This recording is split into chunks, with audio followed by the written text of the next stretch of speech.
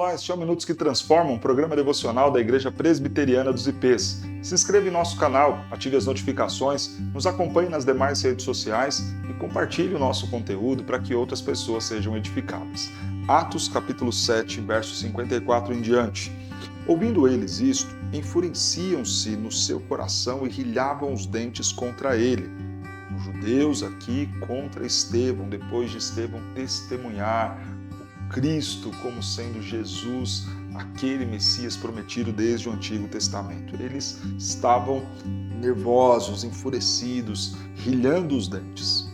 Mas Estevão, cheio do Espírito Santo, fitou os olhos no céu e viu a glória de Deus e Jesus que estava à sua direita. E disse: Eis que vejo os céus abertos e o Filho do Homem em pé à destra de Deus. Eles, porém, clamando em alta voz, taparam os ouvidos e unânimes arremeteram contra ele. E lançando-o fora da cidade, o apedrejaram. As testemunhas deixaram suas vestes aos pés de um jovem chamado Saulo, e apedrejavam Estevão, que invocava e dizia: Senhor Jesus, recebe o meu espírito. Então, ajoelhando-se, clamou em alta voz: Senhor, não lhes imputes este pecado. Com estas palavras, adormeceu. Nós temos aqui a narrativa da morte de Estevão. Irmãos, quantas coisas esse texto aqui nos ensina e quantas posturas diferentes. A postura de homens que ouviram o testemunho sobre Jesus e, ao invés de crer nele, tiveram ira em seu coração. O coração foi tomado de grande fúria e os dentes eram ali rilhando-se para, de alguma forma, fazer o mal a Estevão. Como de fato o Evangelho causa isso naqueles que não foram chamados eficazmente pelo Senhor. Se para uns o Evangelho vem como sendo um consolo, um alívio para corações angustiados, para outros, quando confrontados os pecados, quando confrontados com suas falhas, com suas misérias, estes, ao invés de se curvarem e se entregarem a Cristo, têm o coração tomado de raiva, de ira. Estes homens então pegaram Estevão e passaram a apedrejá-lo, arrastaram, arrancaram suas roupas e então se dispuseram a matá-lo. Um outro personagem está aqui, Saulo. Consentia com tudo aquilo, era ainda um jovem, mas estava ali observando todas aquelas coisas. E as pessoas deixaram as roupas de Estevão aos pés daquele que seria um grande perseguidor da igreja e, pela graça de Deus, no futuro ainda mais distante, seria um grande servo do Senhor. Mas veja como que ainda na sua juventude ele está ali também concordando com tudo aquilo e desejoso pela morte de Estevão. Mas então temos este terceiro personagem aqui, a multidão, Saulo e agora Estevão. Estevão está cheio do Espírito Santo. Irmãos, ele está prestes a ser morto, mas ele não está cheio de pavor, ele não está cheio de medo, ele não está cheio de murmurações ou arrependimento por ter servido ao Senhor Jesus. Ele está cheio do Espírito Santo e tem uma visão gloriosa, os céus abertos.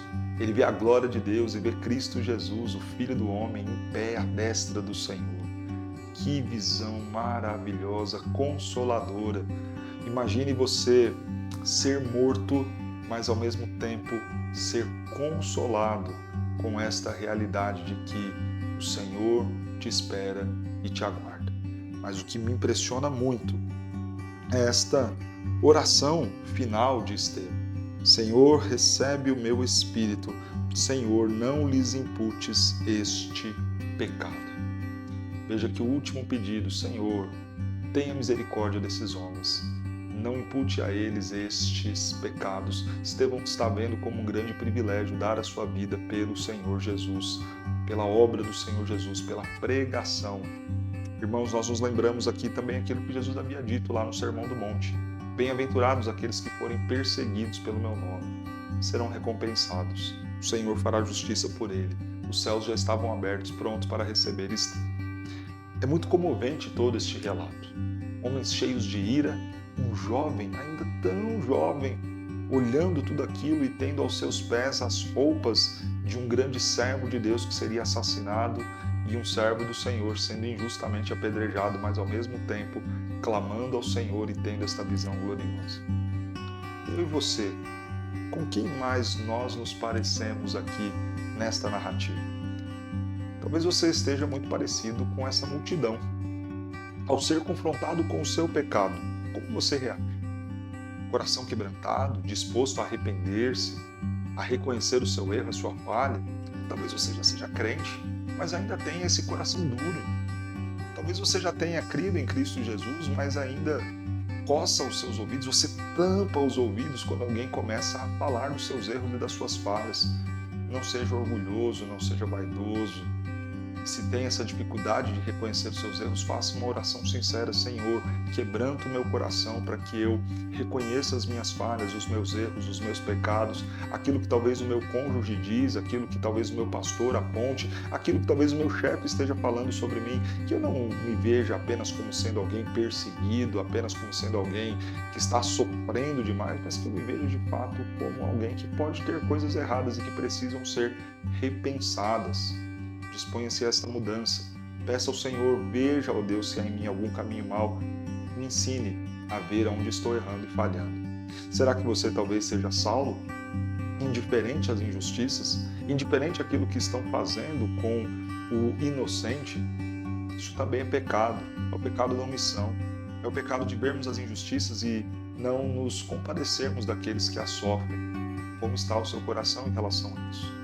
Minha expectativa, por fim, é que eu e você estejamos como Estevão, cheios do Espírito Santo, prontos para que, se o Senhor nos chamar, vejamos os céus abertos para nos receber. Creia em Cristo Jesus. Estevão só tinha esta confiança e só conseguiu fazer esta oração e demonstrar tanta firmeza na hora da sua morte, porque ele sabia qual era o seu futuro. E qual será o seu futuro? Creia em Cristo Jesus, arrependa-se do seu pecado. Abandone as práticas pecaminosas, vá até o Senhor Jesus Cristo.